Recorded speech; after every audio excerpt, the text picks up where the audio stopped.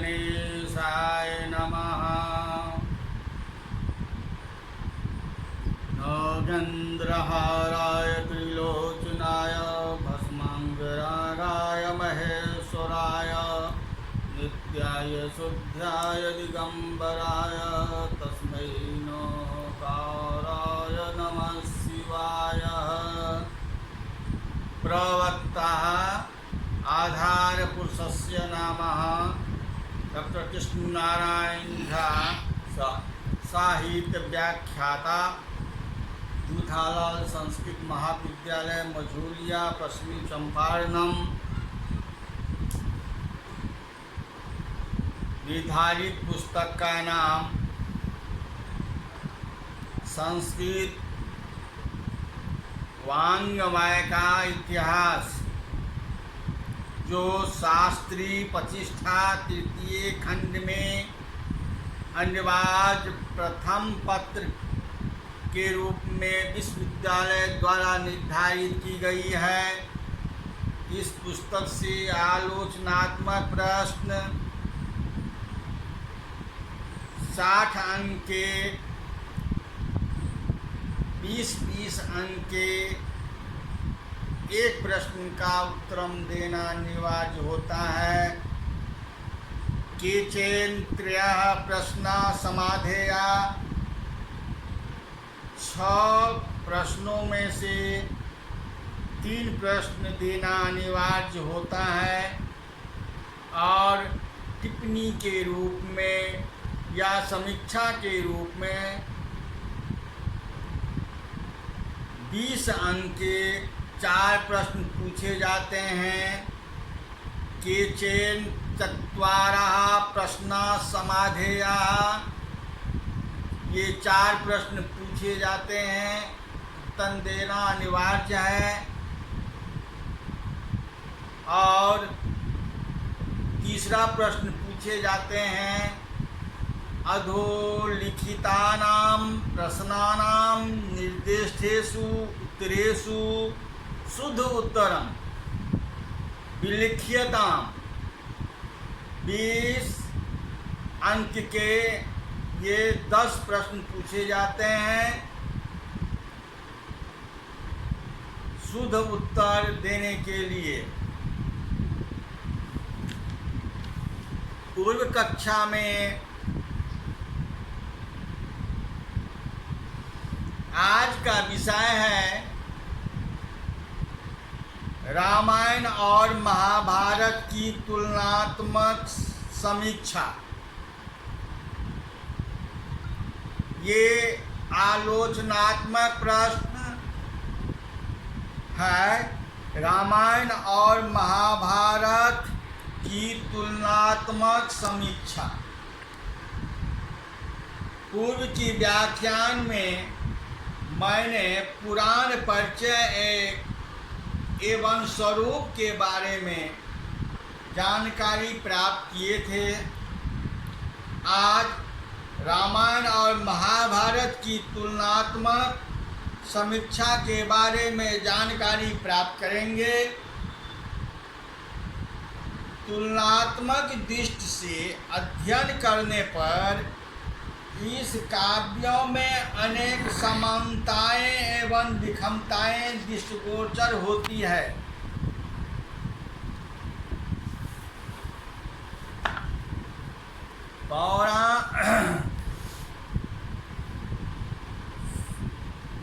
रामायण और महाभारत ये दोनों आर्य काव्य भारतवर्ष के ऐतिहासिक ग्रंथ है, जिनका इस देश के विभिन्न जीवन तथा विचारों पर एवं साहित्य की विभिन्न दिशाओं पर अतुलनीय प्रभाव पड़ा है। दोनों ही काव्यों के वीर पुरुष और नारियां भारतीय जनमानस में ऐतिहासिक व्यक्तित्व के रूप में स्थित है। राम एवं कृष्ण की भक्ति से भारत भारत भूमि के विस्तृत एवं सुंदर प्रांतों तक बसे हुए करोड़ों नर नारियों की एकता के दीर्घ सूत्र में आबद्ध कर लिया है। दोनों ही भारतीय ग्रंथ संस्कृत एवं हिंदू धर्म के समुज्ज्वल प्रकाश स्तंभ है। तुलनात्मक दृष्टि से अध्ययन करने पर इन दोनों काव्यों में अनेक समानताएं तथा विभिन्न विषमताएं दृष्टिगोचर होती है। इन सभी को विभिन्न कोटलों से क्रमबद्ध कर देने पर भली भांति समझा जा सकता है। रामायण एवं महाभारत दोनों ग्रंथों में नायकों को वनवास होता है। यद्यपि कारणों से मूलभूत अंतर है। सीता और द्रौपदी दोनों का वन में अपहरण होता है। दोनों ग्रंथों में युद्ध वर्णन तथा उपमाओं आदि में पर्याप्त साम्य है। अनेक ग्रंथ दुखांत है। दोनों में ही नायक संसार एवं जीवन की विषमताओं को भोग कर पर्याप्त वायु में स्वयं ही मरण के लिए तत्पर हो जाते हैं। दोनों काव्यों के रचना एवं काव्यों के पात्रों के सामायिक है। दोनों ग्रंथों में इन अटल सत्य को प्रमाणित किया गया है कि कुछ समय के लिए भले ही पाप का उत्कर्ष दिख पड़े, किंतु अंतिम विजय पुण्य की ही होती है। रामायण के 24,000 श्लोक हैं। रामायण के 24,000 श्लोक हैं, किंतु महाभारत में 1,00,000 श्लोक है। अर्थात विस्तार तथा परिभाषा की दृष्टि से रामायण महाभारत का चतुर अंश है।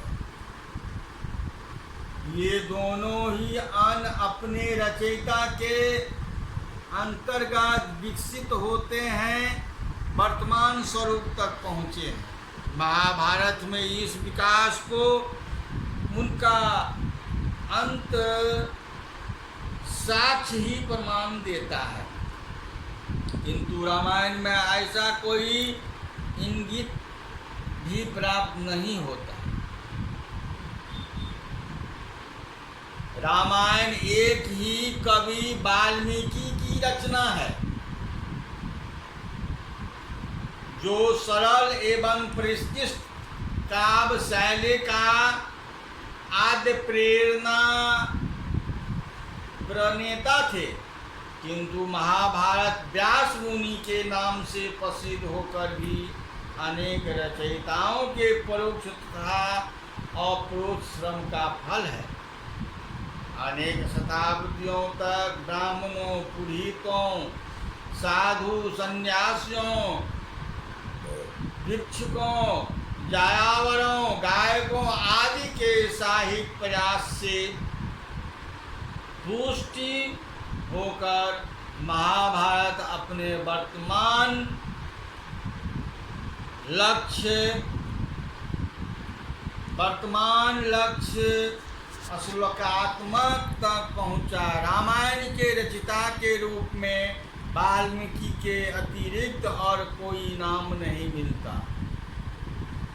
किंतु महाभारत के विकास के विभिन्न सोपानों में व्यास, वैशंपायन तथा सौमिति ये वक्ता को स्पष्टतया प्राप्त होते ही हैं। दोनों ग्रंथ परिच्छेदों से परिपूर्ण है। दोनों ही काव्यों के मूल अंश को खोज पाना तथा कठिन ही असंभव भी है। रामायण आदि काव्य है जिसमें काव्यगत चमत्कार की अत्यधिक महत्वपूर्ण है, किंतु महाभारत इतिहास ग्रंथ है। इसमें अनेक प्रसिद्धि राजाओं का इतिवृत्त वर्णन करना ही मुख्य उद्देश्य है। रामायण की शैली वैदभी रीति का सुंदर निदर्शन है। वह नितांत समरूप, परिष्कृत एवं परिमार्जित है। रामायण में एक समृद्ध कथानक प्राप्त होता है, जिसकी रचना एवं विकास में सर्वत्र एकता दिख पड़ती है। भाव, भाषा तथा रचना शैली की एक रूपता रामायण की विशेषता है, किंतु महाभारत में कथानक की यह क्रमबद्धता उपलब्ध नहीं होती। महाभारत के समक्ष रूप को देखकर ऐसा जान पड़ता है कि विभिन्न वर्ण विषयों का बहुत समूह एक स्थल पर एकत्रित कर दिया गया है। महाभारत में भिन्न भिन्न भागों में भाषाओं और रचना शैली की विभिन्नता आपतः ही दिख पड़ती है। वैदिक, आर्य प्रयोग, पौराणिक कार्य शैली, अलंकृत काव्य शैली, गद्य, पद, चंपू, वैदिक त्रिपुष्ट तथा लौकिक अनुपुष्ट, इंद्रवजा, वंशस्त्र सभी एकत्र रूप में महाभारत में उपलब्ध होते हैं। रामायण में नायक एक है, उनमें आद्यतन राम के चरित्र का ही प्राधान्य है, किंतु महाभारत में अनेक नायक है जो मुख्यतः की दृष्टि से सामान्य है। रामायण की भांति महाभारत एक व्यक्ति की गुण गाथा नहीं है। रामायण प्रायः सभी 5 उच्च पदार्थों के रक्षक एवं पालक है, किंतु महाभारत के पात्र प्रतिक्रियावादी तथा व्यवहारिक है। रामायण का आदर्श भातृप्रेम है, तो महाभारत का आधार ही भातृद्रोह है। रामायण में राम ने अपनी सौतेली माँ के एक इंगित पर साम्राज्य त्याग दिया और भाई भरत के अनायास मिले हुए उस साम्राज्य के स्वीकार करके अपने अग्रजर के प्रति स्नेह और सम्मान की पराकाष्ठा प्रस्तुत कर दी। किंतु महाभारत में दुर्योधन ने राज्य प्राप्ति के लिए विभिन्न कुचलों तथा छद्म का आश्रय लिया और राजा बन जाने के पश्चात अपने चचेरे भाइयों को स्वर्गभूमि भी देने की तत्पर नहीं हुआ। श्रीमग्रमपि न दास्यामि, श्रीमग्रमपि न दास्यामि विना युद्धम न केशवः। किसी को परिणत महाभारत जैसे युद्ध में हुई।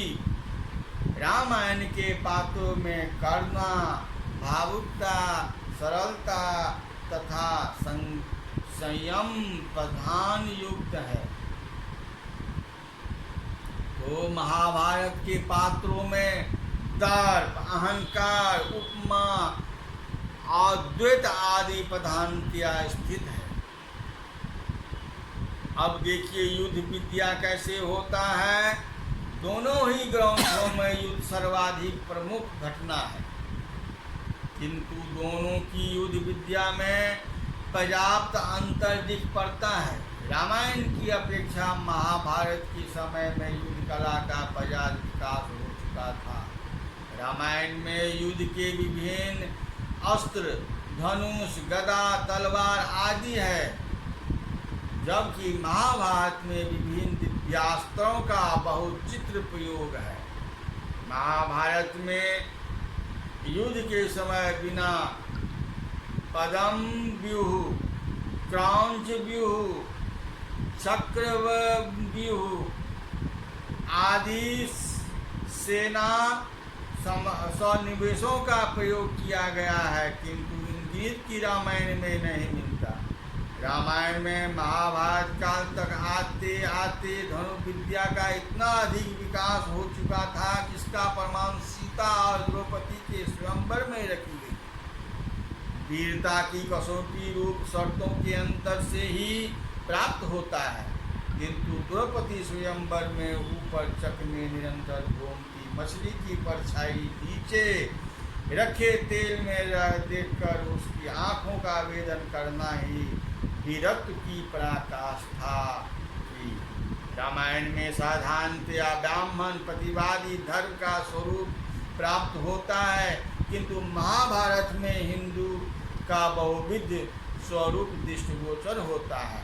महाभारत में एकेश्वरवाद, अध्यात्मवाद, नास्तिकवाद सभी के एक दर्शन होते हैं।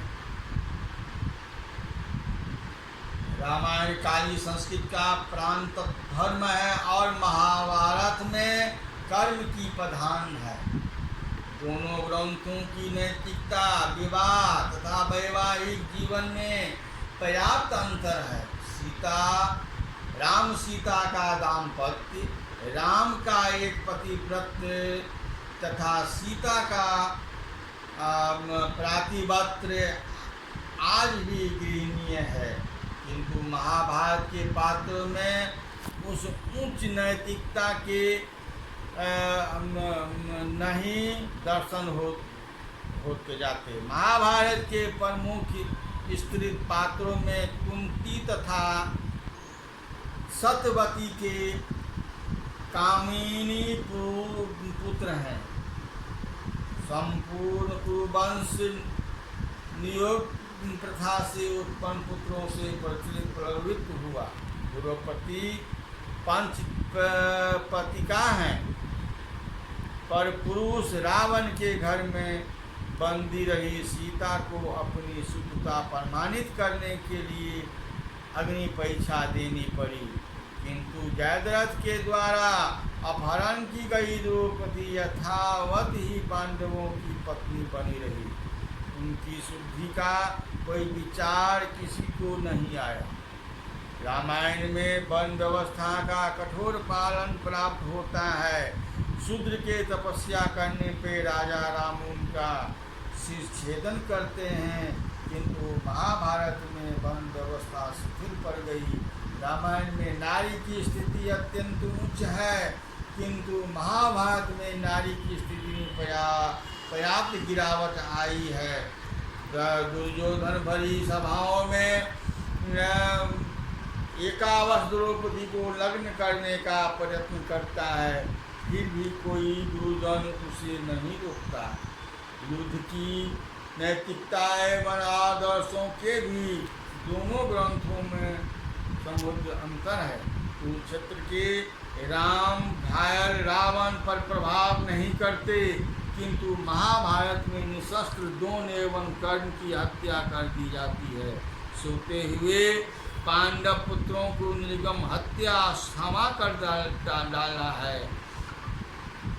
डालता है। राम और रावण का पारस्परिक वार्तालाप क्रोध युक्त होने पर घृणा से नितांत रहित है, किंतु अर्जुन तथा कर्ण, भीम तथा दुर्योधन आदि का वार्तालाप अत्यंत कटु एवं घृणापूर्ण है। रामायण और महाभारत किसकी रचना पहले हुई? रामायण और महाभारत में किसकी रचना पहले हुई, यह भी एक विचारणीय प्रश्न है।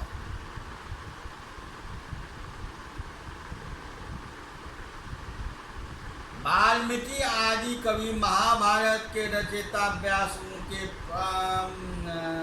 पश्चात द्वितीय कवि हैं। युग के हिसाब से भी अंतर पड़ता है। वाल्मीकि त्रेता में होने वाले रामचंद्र के समकालिक हैं और व्यास द्वापर युग में उत्पन्न होने वाले पांडवों के समसामयिक हैं। इतना ही नहीं, दोनों ग्रंथों के अनुशीलन से स्पष्ट पता चलता है कि कालक्रम में वाल्मीकि रामायण महाभारत से पहले की रचना है। महाभारत के पात्रों के चरित्रों में तथा घटनाओं का व्यवहारिकता का पुट है। जैसे जुआ खेलना, खेल में हार जाना, राज का न मिलना और उसके लिए युद्ध करना आदि घटनाएं व्यवहार तथा विश्वास के छत्र से बारी नहीं है। पर रामायण में ऐसी घटनाएं हैं जिन पर साधारण मनुष्य अपना विश्वास नहीं जमा पाता। संतान के लिए पुत्रेष्ठि यज्ञ करना, यक्ष और बानरों की सहायता से लड़ना, समुद्र के ऊपर पत्थर का विराट पुल बनाना, रावण का 10 सिर होना आदि घटनाएं मानव संस्कृति की उस प्राथमिक दशा की ओर संकेत करती है। अब आश्चर्यजनक घटनाओं में विश्वास करना कोई अस्वाभाविक बात नहीं है। रामायण में आज सभ्यता एवं विशुद्ध रूप से चित्रित की गई है। उसमें स्वेच्छाओं जो संभवतः भिन्न वर्ग संस्कृत के अनुयायी थे, तनिक भी संपर्क नहीं दिख पड़ता। महाभारत में स्वेच्छाओं का संपर्क पर्याप्त रूप से विद्यमान है। महाभारत युद्ध में युद्ध कला की विशेष उन्नति दिखाई पड़ती है। द्रौपदी के स्वयंवर में सीता स्वयंवर के समान केवल एक धनुष को तोड़ देना ही वीरत्व का मापदंड नहीं है, अपितु एक विशिष्ट प्रकार से लक्ष्य भेद करना वीरता की कसौटी है। लंका युद्ध में योद्धागण परस्पर अपने पत्थरों और वृक्षों से प्रहार करते हैं, परंतु महाभारत में युद्ध में सैनिक लोग विशिष्ट सेनापति की देख रेख में लड़ते हैं। युद्ध की रचना इस युद्ध की महती विशेषता है।